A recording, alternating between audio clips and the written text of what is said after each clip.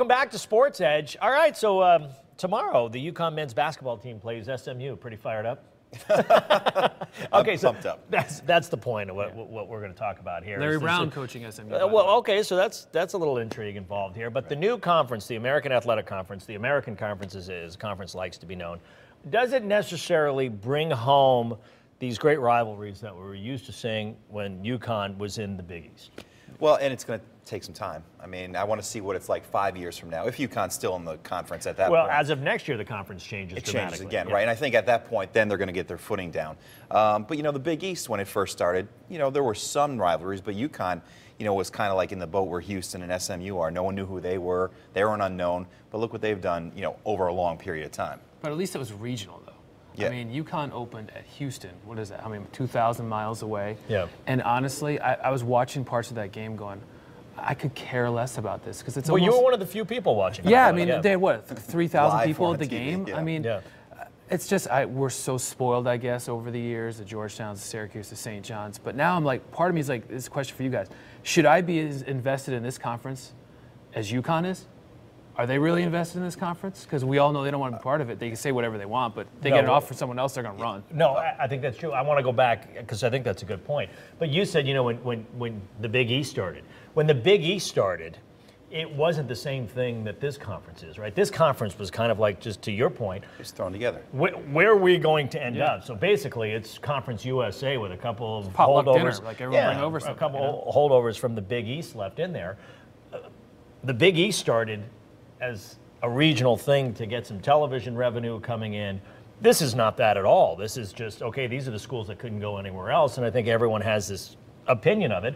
And so you don't have these rivalries that had been established over time, and it was all because of this realignment where all of these schools were chasing the big dollars, not to keep any of these rivalries alive. And so, you know, seeing UConn play SMU or Houston or probably 7 of the other schools in this conference just doesn't have that same panache. Yeah. Will it over time?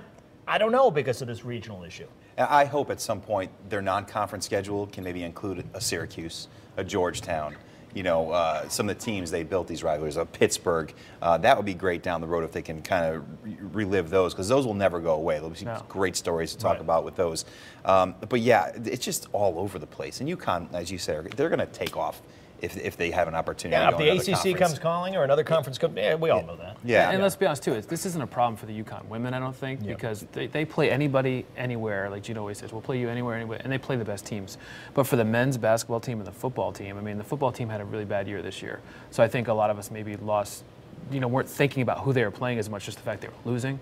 But now with the men, it's just, you know, it's really hit me for the first time. Like, hey, you know, maybe I didn't care about Seton Hall, but at least I knew where they were.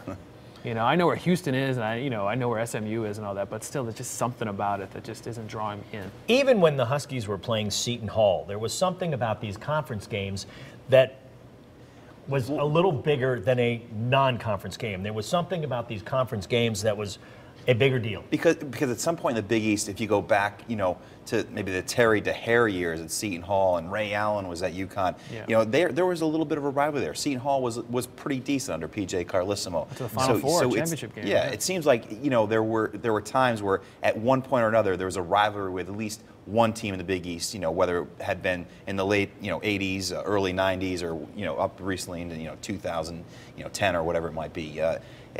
I don't know. I don't know if we're going to get this. We may not have a chance. And you know, I blame football for this whole thing. Blame the people who are seeking the big dollars. We're going to talk more about this over on sportsedge.com because we got the cue. We're running out of time here on television.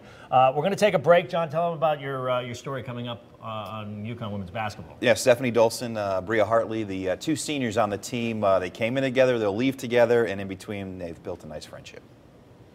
Now let's get back to this conversation, because you're right. These decisions were about football and the big dollars that football brought in. And I think college football, or college sports, did itself a great disservice. And I know this is a conversation that's old by now. Yeah. And now we're kind of seeing it, right? We all talked about it when it was happening. This is terrible what college sports is doing. But now we're actually seeing it. Now we're seeing this American conference that just doesn't get anybody revved up the way the Big East games used to. And I don't know, maybe Conference USA used to get revved up about the matchups they had back at the time. And I'm curious to see what the ratings are going to be on some of these games. You know, we're already seeing it with the times they're putting some of these games in. You know, sticking them at a 9 p.m. or weird hours. You know. Yeah, I was looking at the schedule before we got out here. There's a couple games that they're playing on a Sunday night at 6 o'clock, or a Saturday night at 7 or 6. I get that, but that was one thing that I mentioned earlier. Was before we started this was, you know, Mike Oresco, I'm sure he's a lot smarter than I am. He's a former TV executive, and there's, I'm sure, a method to his madness. But during the football season, all the UConn home games are usually noon on Saturday. They had 2 this year.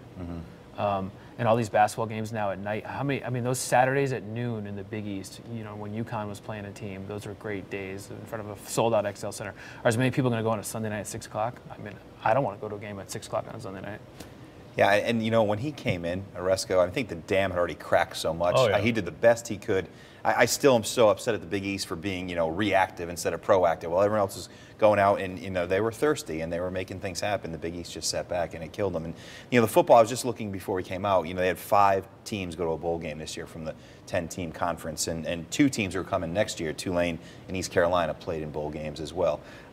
What does that mean? I don't know. Central Florida won the Fiesta Bowl last And night. I'm not saying the teams that are in the American Athletic Conference aren't good. I mean, if you look at the basketball teams, right Temple, there are 10 Memphis. teams, but you have Memphis is a top-tier team, UConn, Louisville, Cincinnati. I mean, you started the year with, 3 or 4 teams in the top 25. There are not a lot of conferences that can say that. Right. You know, maybe some of the conferences with more schools. But I'm not saying there aren't teams that can play, whether it's football or basketball. I'm just saying it just doesn't get you riled up to see some of these games that just they have no history. And those are the times when you want to see them playing non-conference. If UConn is playing Houston in a non-conference game before the season starts, that's great. If UConn is playing SMU, that's great. But when we get down to conference, I want to see some of these rivalries. And if it takes a long time, that's a long time that we have to sit and wait for these rivalries to develop for a team that you know, this state has been watching for years and years. And it's a shame to me. It's Let's a be shame. honest. I want to watch UConn Pitt Saturday. I don't want to watch Absolutely. UConn SMU. Yeah. Unless Craig James is playing in the Pony Express. I mean, Eric Dickerson, you know. Exactly. All right. Well, thank you for tuning in here on SportsEdge.com. Write us in. Let us know what you think about this whole move here and how things are going in the American Athletic Conference for UConn.